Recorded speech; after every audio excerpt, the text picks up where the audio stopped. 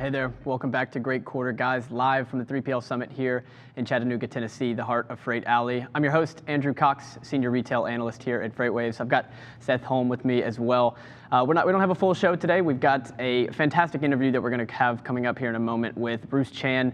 He is a VP and Senior Analyst at Stifel, who covers global logistics and future mobility. We're going to talk about where we are in the freight cycle, especially when it happens to go with brokers. We're going to talk about what would be the perfect entry point for where you want to get in and into a broker stock.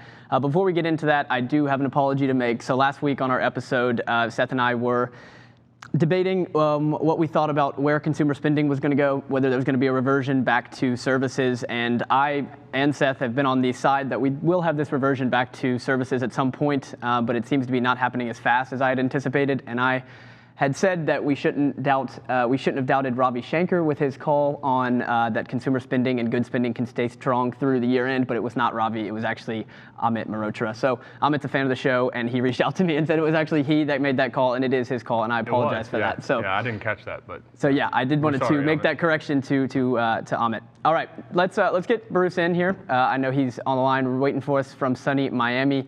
Bruce, thanks for joining us. Thanks for having me. Happy to be here. All right, Bruce, so let's talk about it, man. Let's talk about the cycle, where we're at currently, and ideally, let's say you could build the perfect backdrop to enter a brokerage stock. What would that perfect backdrop look like? Well, that is really the question of the day, the question of the hour.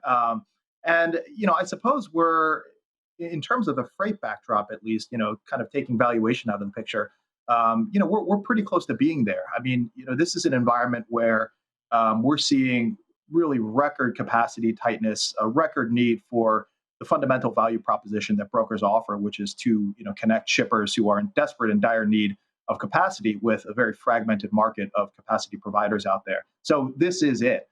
And I think on a secular basis too, when you think about the changes that are happening in e-commerce, that are happening in our supply chain right now, when you think about the technology advances that are coming into play, there's also a need for a consolidated intermediary to sort of, help the fragmented capacity base, to help the fragmented shipper base to navigate all of these challenges. So I think we're pretty close to being at that perfect spot. All right, Bruce, let's talk about the 2021 outlook for revenue growth for brokers. So right now, we look at our sonar data all the time. We've got very high sort of absolute load demand. We've got some comparison issues. So when you look, April and May will probably be pretty easy, but then, we may hit tough comps in the back half. Then you've got the story with contract rates being repriced, and then you've got spot rates, at least in our data series, using truck stop at an all-time high. What do you think the revenue outlook for the brokers is, sort of as a group in 2021? Yeah, well, I think that's a great question, and I just want to back up a little bit because a lot of really interesting things to talk about. I mean, you guys asked about the freight cycle and where we are in that, and I think there's been a lot of confusion when I talk to investors. There's a lot of debate about where we are, what point we are. And I think part of that is because a lot of the traditional indicators that we use to call it forecast where we are in the cycle, have maybe broken down a little bit. So when you think about truck orders, for example. Now, obviously, we've seen very nice truck orders, very high level of truck orders, but where are the deliveries and when and how do those deliveries happen? You think about where are the drivers and the period of time that it usually takes for drivers to enter the marketplace. Now, obviously, we have driving schools that were shut down for a very long time. You still have COVID issues that are preventing new drivers from entering the market. You have things like the Drug and Alcohol Clearinghouse that are also presenting some headwinds to that as well. So. A lot of challenges, there. You also think about, as you mentioned, convergence between spot rates and contract rates. And, going back to what I said about just the incredible volatility and, some of this, called bullwhip effect or, this exacerbation of, some of these tightness impacts that we get. I think we've had a couple of head fakes in terms of, when the cycle is ending and what might be indicating a cycle peak. So, if you think back to November, we had some weird timing with the holiday season.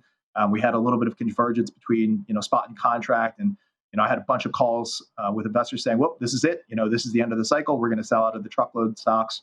I think the same thing probably happened back, earlier this quarter, around the, late January, February timeframe. But, then we get unseasonable Texas snowstorm. You talk about 1.9 billion of potential stimulus, or I guess now more certain stimulus coming down the pike. So these are all things that I think suggest that we're maybe a little bit earlier in the cycle than common wisdom or historical wisdom would dictate. I think the outlook is very good. When you look at revenue growth into the back half, you're absolutely right. There are some potential headwinds, and you guys, made the apology earlier in the show or at the intro to the show. And I think that point about the goods to services rotation is one that's been hotly debated. We put an outlook piece out around late November, early December with our retail analysts that talked about just that, about the savings rate more than doubling in the wake of a lot of these COVID shutdowns and the COVID impact. And that should leave a lot of buffer space to kind of absorb some of this services impact. So I think that's much less of an issue than again common wisdom would dictate. I think it's also worth pointing out that a lot of the services that we're looking at coming back into the market do require some goods to support that. We're in produce season right now. You think about restaurant reopenings. Obviously that's going to soak up a lot of freight demand in terms of just produce and fresh goods moving to resupply restaurants. So personally, I think we are coming against tougher comps in the back half, but when you think about where we are in the inventory replenishment cycle and the fact that we still have a long way to do just to catch up to par, and when you think about the additional demand spike that could be coming, the revenue growth trajectory looks pretty good. Yeah, I agree, and that's what we saw. I was refreshing on some of the broker calls, as we talked about offline. Revenue growth was pretty good for all the brokers, and it does seem like a lot of analysts and investors out there sort of jumped the gun on calling the premature end to the truckload cycle because of those new Class 8 truck orders, as you talked about, and then now we've got snowstorm and stimulus and the other things you mentioned that are sort of firming up the market a lot again. How about on the margins for the brokers? So this can kind of be confusing, maybe for even some of our listeners, but brokers kind of tend to have counter-cyclical margins, and right now, if you look in Q4, margins I think on a year-over-year basis, we're still down pretty significantly for a lot of the brokers, but you did see that sequential improvement, and as contract rates get repriced higher, more in line with spot, what's the outlook like for the margins? And then the last thing I would say on that is I know there's been some talk, just because spot rates are so high, you're seeing shippers delaying bids, increasing prevalence of mini bids and that sort of thing. Is that having any effect on the outlook as well? Yeah, absolutely, and that's a great point. And I think a lot of people look at what's going on with the margins and see it as maybe a negative mark against the brokers. It's typical of any cycle. When capacity prices increase, I think about freight capacity costs as cost of goods sold for a manufacturer. So when those costs of goods sold increase, there's a little bit of squeeze on the gross margins. But towards the middle to the end of the cycle, those margins tend to expand again as cost of goods sold goes down.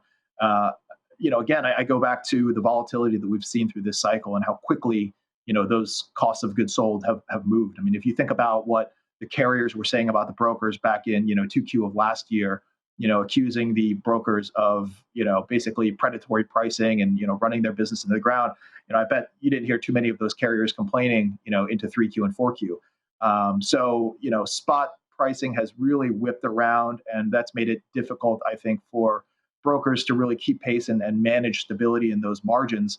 Meanwhile, you have shippers, especially the ones with leverage, that, as you mentioned, are pushing out bids. That in some cases is, preventing the broker from adjusting, their tactical book or adjusting their business to respond to the market. But I think, like any other cycle, we will see that natural, easing of the margin spread. I think, you'll see brokers, recoup that margin on the tail end of the market. Meanwhile, demand obviously is settling in at a very nice level. So you've got that, volume benefit going as well. And then I think there's also, longer term, the structural issue of a greater need and a greater importance of brokers in the supply chain. Bruce, it's funny you talk about the animosity between both sides, the love-hate relationship, depending on where we are in the cycle. I want to talk a little bit about technology for a moment, because we, as Seth and I were listening through some of these calls, we heard many of the major brokerages talk about how they were increasing productivity because they were using data points like shipments per sales or operational employee. They were up, low single digits or mid or low double digits in Q4. Is this really a function of just the bull market and more freight moving through the doors, or is this truly seeing an underlying secular improvement in trend for the group? I think it's a little bit of both. I had a thesis, on C.H. Robinson, about a year and a half ago, when they were, really starting to talk up a lot of their investments on the tech side. That a lot of the changes they're making on the technological front take some time to filter through the model. It's not just about, building out or buying or installing the technology.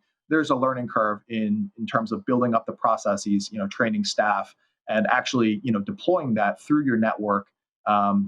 To allow leverage to increasing volume. So, unless you're a broker that's willing to fire headcount in order to, leverage that technology, you're really going to need that volume growth in order to, have the benefits of the technology translate through to the bottom line. I think that's what we're starting to see now. I think, you think about C.H. Robinson, you think about XPO, you think about Echo, the big publicly traded brokers, and they're really starting to, fire on all cylinders in terms of deploying that technology. And at the end of the day, I think of technology as just a tool. Just like I can't go out and buy a very expensive set of golf clubs and suddenly be good at golf, neither can a broker just buy or spend money on, some very fancy tech and suddenly be an amazing broker. Again, there's that learning curve and that period of implementation that has to happen. Bruce, you hear a lot of people toss around, technology spend, and they're spending hundreds of millions or billions. What are some examples of the actual improvements, either on the, dealing with shippers or on the carrier side or operationally, of the sorts of improvements that brokerages are seeing within their operations? Yeah, I'm smiling because that's a really great question, and one that I think increasingly investors have started asking companies, because early on, it was popular for a lot of these companies just to say, hey, I'm spending, $500 million a year, $200 million a year in tech. And, the question that you have to ask yourself is, that's great, but, where is that money going? And increasingly, I think there has been a call for management teams to answer a little bit more on that front. I think a lot of it is really hard to define. It's hard to, connect exactly, where dollars spent, translates to in terms of dollars saved. I think a lot of the investments tend to be on the operating side, right? So, if you think about Echo, they talk about gamification of, the brokerage process, of the carrier rep and of the customer rep process. So, just making sure that you have, all your targets available on your screen, on your dashboard, making sure that you can track your progress in real time, having all the information about, your carriers or your customers in real time, certainly helps in doing your job.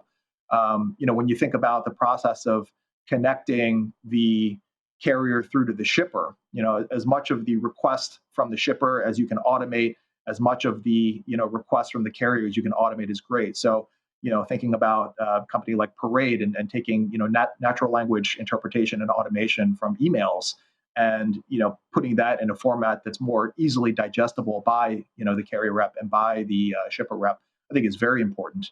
So digitizing the process of load matching obviously is important.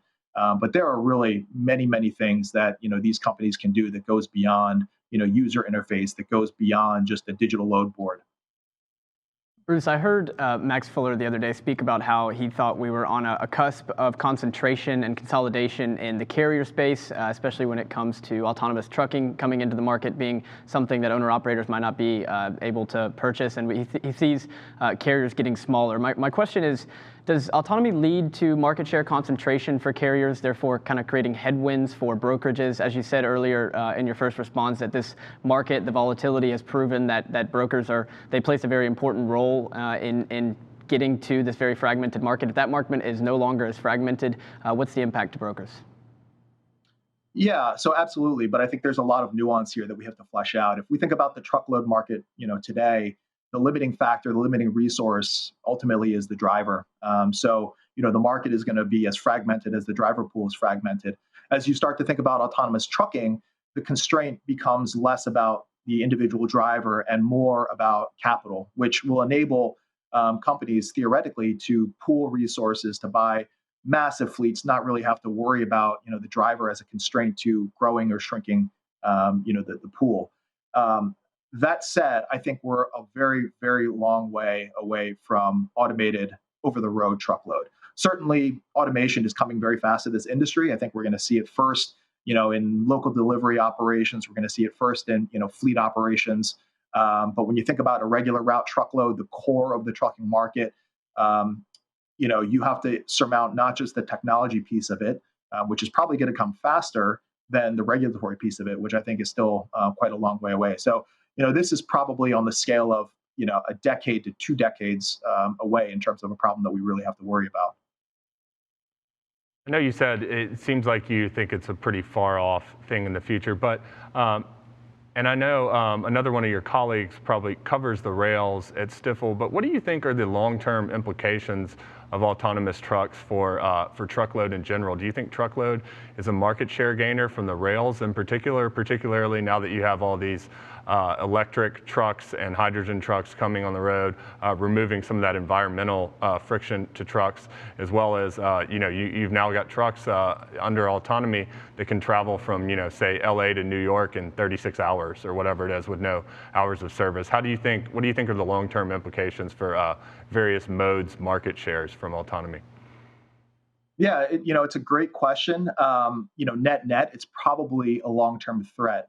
When I think about, the reasons why you use truckload versus the reasons why you use rail, one of the big ones is cost. So if you can remove a lot of the costs from the trucking equation in TCO and things like maintenance and things like fuel and especially driver, then you're going to offer that higher service, that point-to-point service, and hopefully offset or allay, some of that traditional cost differential between a mode like rail. Because at the end of the day, when you use rail, you've still got to have a trucking component on either side. The rail doesn't run from the distribution center or from the port straight to your warehouse, straight to the store.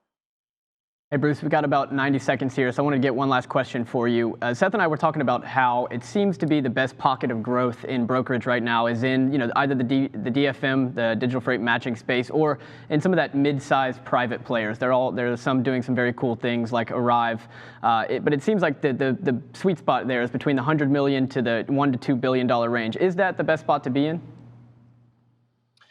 I think when you're in that spot, you're not running up against the law of large numbers as somebody like C.H. Robinson obviously does. So I think, you're growing off a smaller base. Naturally, you're going to have a faster growth rate. It's interesting because you talk about, DFM or DFB, and I don't hear that term as much. There's not as much differentiation in my mind between those players and the incumbent players anymore because, what's happened is the operating models of both, types of companies have somewhat converged. You've got the legacy players, with a lot more technology. You've got the DFM, DFB guys that, are really building out and fortifying, their operational, capabilities. So, I would say in general, that mid-market is high growth. But right now, I would argue that capacity is king. So, if you're a very large freight broker, you have more access to capacity, you have more carrier relationships, you might be in a better spot than some of the mid-tier or small-tier brokers that don't have that same capacity access. All right, Bruce, I got to let you go, but thank you so much for your time joining us here on the 3PL Summit. Again, thanks for your time. Thanks, Bruce. All right, thanks, gents. Have a good one. All right, yeah, I like the idea that I like a lot of what he was saying. So, sorry, I'm losing my train of thought, but go ahead, getting people talking. I think Bruce has a great view. He obviously knows, the brokerage space inside and out. It seems like he thinks like a lot of the autonomy and things like that are far down the road. And it seems like, brokers, according to Bruce, brokers are in a really good spot. And that's kind of you and I's viewpoint as well, which is, they've got that great load demand and now the margins should expand over the next few quarters. So. Right, he's got a positive outlook for the market. That's been all we have today for Great Quarter, guys. We will be back next Tuesday. We're actually got a special guest, Rick Helfenbein, who used to be with the American Apparel and Footwear Association. We're going to be talking about port congestion and inventory levels in the apparel sector. Join us next Tuesday, 3 o'clock.